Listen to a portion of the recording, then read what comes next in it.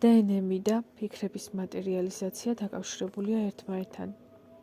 სინუსოიდი, დნმ, ანბანი, ყველაფერი, რაც თვალისთვის დაუნახავია, სიმბოლოები, სხვადასხვა ეკლესიებში, გაურკვეველი, მათ შორის მასონურშიც. თითქოს დახატული დავითის ვარსკვლავი. ბევრი იყო, ვისაც მიაწერდნენ ამ ვარსკვლავს. ავიღოთ ნებისმიერი ვარსკვლავი, მას როცა ვხატავთ მოცულობაში, საბოლოოდ აღმოჩნდება კუბი, რომელიც ჩანს ზემოდან. ხალხს არ მიეწოდება ინფორმაცია, იმდენად გასაიდუმლოებულია ყველაფერი. დღეს ასე თუ ისე მაინც შეიძლება რაღაცების მოძიება, ვისაც აინტერესებს და უნდა გამოხვიჩება, ის მოძებნის.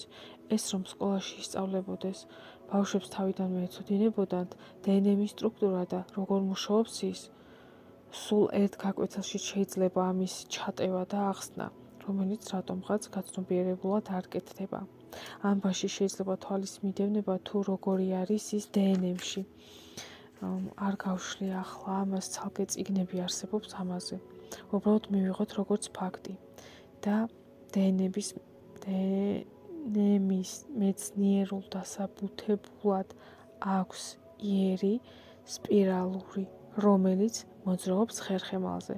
ზუსტად 50% ინფორმაცია არის ჩატვირთული. ეს არის ფერები, თვალისფერი, თვალის ზომა, თავის ზომა, ხელები, ყველაფერი, რაც რა ავატარში ჩვენ ვართ და საერთოდ ყველაფერი ჯიშის და იმის, რომ მომავალი დედა ქვეცნობიერში როგორ წარმოიდგენდა თავის შვილს, როგორი უნდოდა რომ ენახა ის ფიქრები, რომელიც მასთან ქონდა ხმაჯდებოდა ქვეცნობიერში. ანუ რას ვღებულობთ ჯიშის წმუნებულებებით, რომ ამბობენ ეს ყველაფერი უნდა გასუფთავდესო, ჯიშთან უნდა გქონდეს კავშირიო, როცა ქალი ატარებს ჯიშის რწმუნებულებებს, ჩამოვთვლი ახლა არ მინდა ნეგატიურის გამეორება, ანუ რწმუნებულებებს დედის, ბებიის და ასე შემდეგ, ეს მართლა ქვეცნობიერში ინახება და თუ ქალი მას საფუძველს აძლევს, ანუ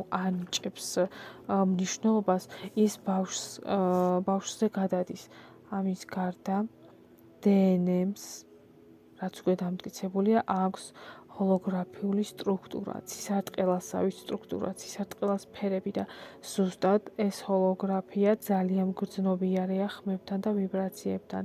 აქვე ირთვება 7 ენერგეტიკული სხეული ადამიანის, რომლებთანაც უნდა იმუშაოთ და ეს ჰოლოგრამა კითხულობს ადამიანის შინაგან მდგომარეობას. ამ შინაგანი მდგომარეობის მიხედვით იქმნება ჩვენს ირგვლივ ეგრეთ წოდებული აურა, იგივე ვიბრაციები და ეს ვიბრაციები არის მაგნიტივით ერთნაირად არის, ანუ ერთნაირად ვიბრირებული ადამიანებისთვის.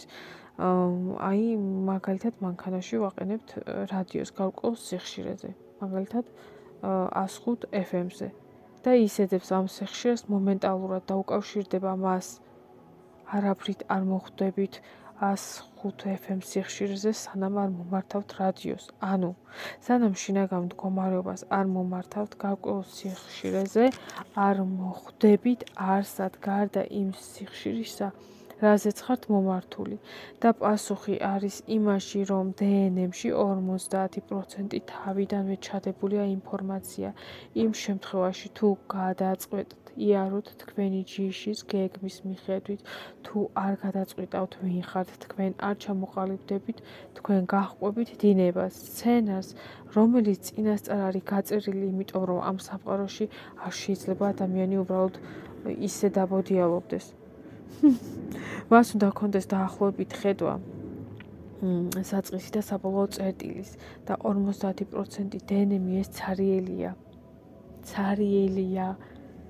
სალაპარაკო და კოგნიტური ინფორმაცია. იქ არაფერი არ არის. ის ამ ვიბრაციებით და ჰოლოგრამით, სიტყვებით, რწმუნებულებებით, ფიქრებით, ლოცვებით, წმენა, მედიტაცია, აფირმაციები, გამოცდილების, შინაგანი განწყობების ხარჯზე ხდება. წაკითხვა, გამოსახულების, მათ შორის გარეგნობისაც კი.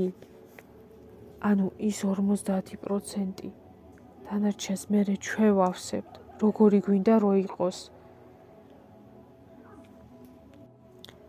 ანუ ანუ შეუცნობლად, გაუაზრებლად, ქვეცნობიერად, ესე ვაკეთებთ, მაგრამ ამის გაცნობიერებაც შეიძლება, რომ რაც შენ გინდა ის ჩატვირთო და რაც არ გინდა ის არ ჩატვირთო ის ინფორმაცია. ეს არის არ მიეწოდება ხალხს ეს ინფორმაცია. რა თქმა უნდა არ აწყობ და მაგიტომ. და რაც თუ ვწუწუნებთ, ჩვევა გვაქვს რომ სულ უნდა ვიწუწუნოთ, ეს ინახება ჩვენს ინფორმაციულ ველში და არ გვაძლევს საშუალებას სხვა სიხშირეებზე გადავიდეთ. სხვა სიხშირეებზე რომ გადავიდეთ, ამაში გვეხმარება რაც ზევით ჩამოვთვალე, მედიტაცია და ასე შემდეგ.